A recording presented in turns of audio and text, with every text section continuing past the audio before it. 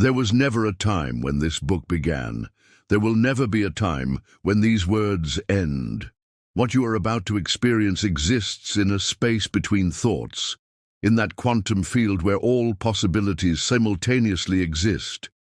You believe you discovered this book through chance or recommendation, but in truth, you created the exact version of it you needed in this moment. The you that exists 1 year from now reached back through time to ensure these words found you today. This is not metaphor. This is the first fundamental truth of reality. The world you experience as solid, fixed, and out there is actually a holographic projection, a symphony of vibrating energy responding to the frequency of your consciousness.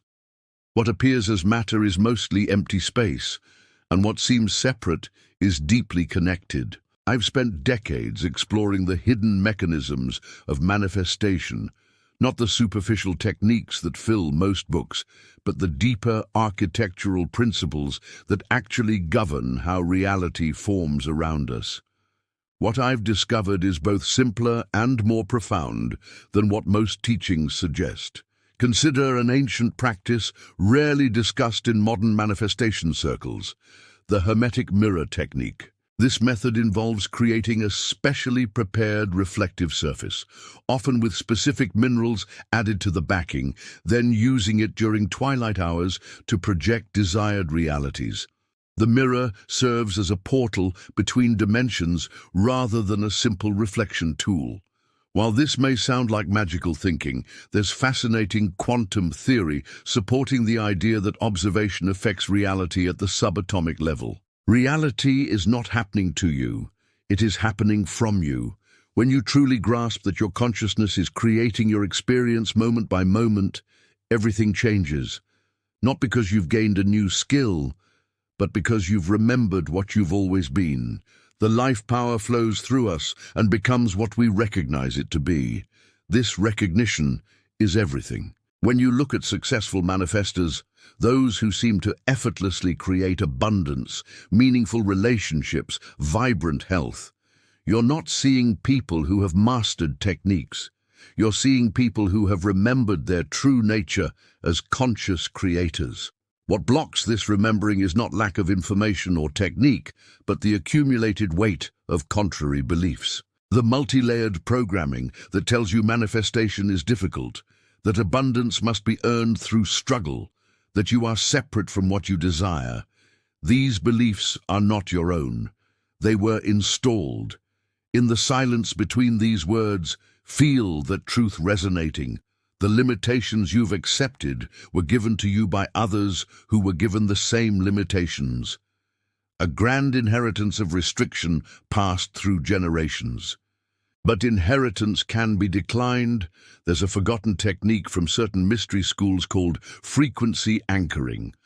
Unlike visualization, which focuses on mental imagery, this approach uses physical locations to store specific frequencies. By regularly visiting a location where you've consciously anchored a particular manifestation frequency, you create a resonance field that accelerates creation. The most powerful anchoring spots are where ley lines intersect, but even ordinary locations can be transformed into manifestation accelerators through consistent frequency imprinting. This principle extends into our visual environment as well. The artwork we surround ourselves with isn't just decorative, it's frequency programming. The compositions, colors, and forms in the modern artwork showcased at ABC Visuals aren't merely aesthetically pleasing. They're conscious frequency anchors designed to resonate with specific manifestation energies. When you find yourself drawn to particular visual expressions, you're recognizing frequencies that align with your conscious or subconscious intentions. The quantum field responds not to what you think about occasionally, but to what you are being consistently. Your energetic signature, the sum total of your conscious and unconscious beliefs, expectations, and emotions, is broadcasting constantly, attracting matching experiences. This is why affirmations often fail, while true inner shifts instantly manifest. The difference is coherence. When your conscious intentions align with your subconscious programming, manifestation becomes effortless. I once encountered a woman in a small village in southern India who had mastered this coherence in a most unusual way.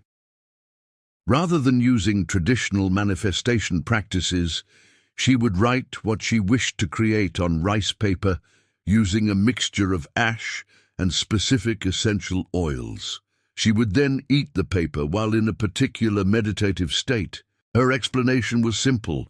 The universe is not out there, it is in here, so I plant my desires where they can grow. Her results were remarkable, particularly in healing areas of her life where deep trauma had created blockages. The ocean understands this truth better than most humans. Each wave is simultaneously individual and part of the whole.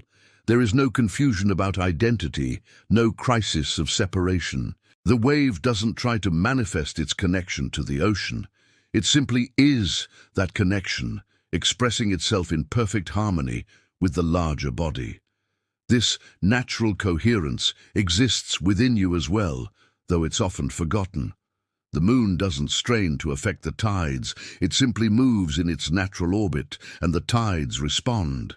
This effortless influence is your birthright. The Nirmata perspective, a little-known Eastern approach to creation, teaches that manifestation occurs not through effort, but through becoming the natural conduit for creation itself. The term Nirmata translates roughly to the creator aspect of consciousness. According to this tradition, we don't need to learn to create. We need to unlearn the blocks to our natural creative function.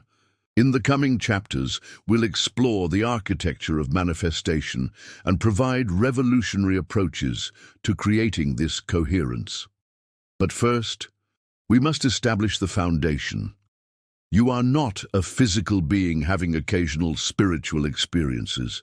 You are consciousness itself, having a temporary physical experience. This isn't just semantic difference. It's the fundamental shift that changes everything. When consciousness recognizes itself as the creator rather than the created, manifestation ceases to be something you do and becomes what you are. Take a moment now to feel the truth of this, not as concept, but as lived experience.